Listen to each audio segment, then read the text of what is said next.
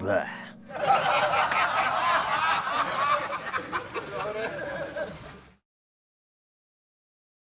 Okay, I'm a little frightened to do this review because I know I'm going to say the word Candyman, the name Candyman, more than 5 times, and I don't know what's going to happen by the end of this video, but we're just going to go for it. So I've never been a big Candyman guy. I saw the original Candyman. I saw it recently. I had seen bits and pieces on TV growing up. I don't know. It just never did anything. I remember very distinctly watching the origin of Candyman where he gets covered in bees and gets his hand chopped off. But that was in one of the sequels. That's not in the original Candyman. However, I thought it was. So when I was truly revisiting Candyman as an adult, I thought, oh, okay, we're going to get to that scene, and it never came. And I realized, I was like, wow, that origin scene is not even in the original movie. So taking in the original movie, which has Ted Raimi in it, by the way, which was a nice surprise, was, it was okay. It didn't have a significant impact for me. I know that in the Black community, Candyman is a beloved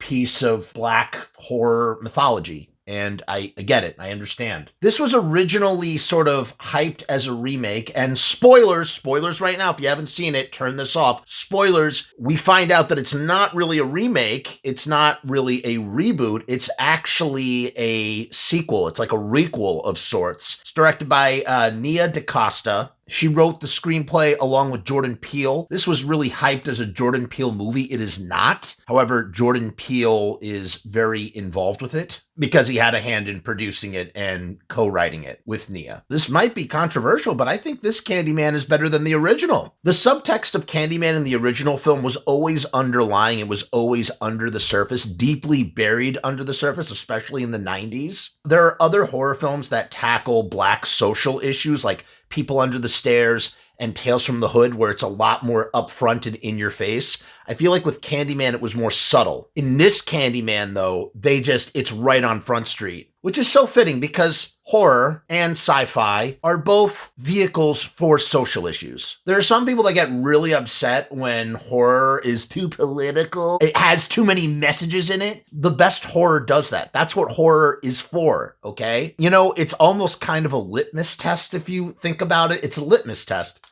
There are some people that just want to see a killer slicing and dicing teenagers over and over again. And there are some people that want to watch stories that have deep, impactful meaning about the real world. What does that say about one person versus the other?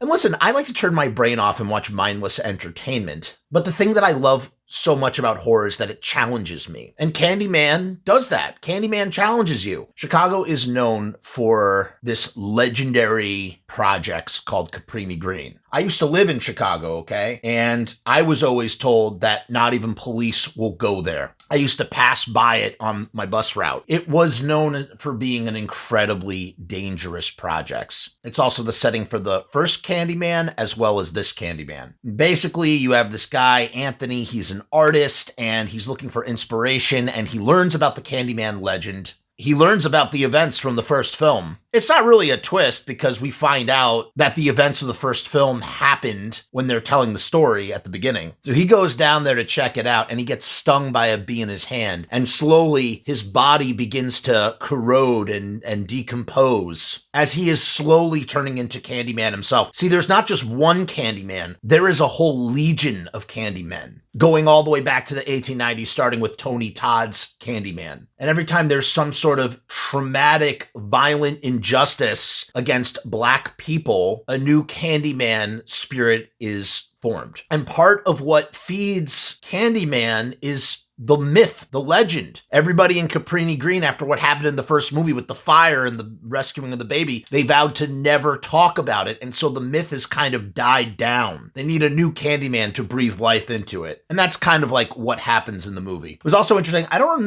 Someone correct me if I'm wrong, but I don't recall that Candyman can only be seen in the reflection of mirrors in this one. And I'm not sure that it worked like that in the original film, but I really liked it. It really added this extra extra element. It added like an extra rule. I don't know. I just thought it was really good. The thing about Candyman that's interesting, even me having to explain at the beginning of this video, hey, I'm afraid to say Candyman 5 times because of what will happen to me. This is what makes the urban legend work so well. Even though you know it's not real, you're still going to be hesitant to say Candyman 5 times into a mirror or a reflective surface, such as a camera. Does it work for cameras? I hope not. There's this scene where some high schoolers, they go into the bathroom to do it, and one girl, she just walks out, even though she knows that it's not real, even though it is real. She walks out because she's just like, I'm not about this. I don't want any part of this. So there's like this apprehension to even doing it as a joke.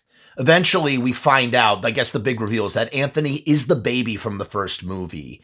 And that he is, he is destined to become Candyman. And that becomes solidified when a white cop shoots him. And I'm so glad that Nia DaCosta decided to go there. Because in a movie that tackles violence against Black people and injustice, it would be remiss not to tackle what has become so prevalent, especially with the rise of cell phone cameras. In any case, the movie ends with Anthony being shot, and that canonizes him as the latest Candyman. And his girlfriend, who's like she's like the co-protagonist, I guess. She gets put in the back of a cop car and she's being hauled off. And the white cop is trying to pressure her into going along with his story about self-defense when shooting an unarmed Black man. Literally unarmed because Anthony had his arm chopped off by a dude who was trying to make the newest version of Candyman. And she says, I need to see myself in the mirror for a minute. And the cop obliges and she says Candyman 5 times and he shows up and kills the cops. It's awesome. It's the perfect button.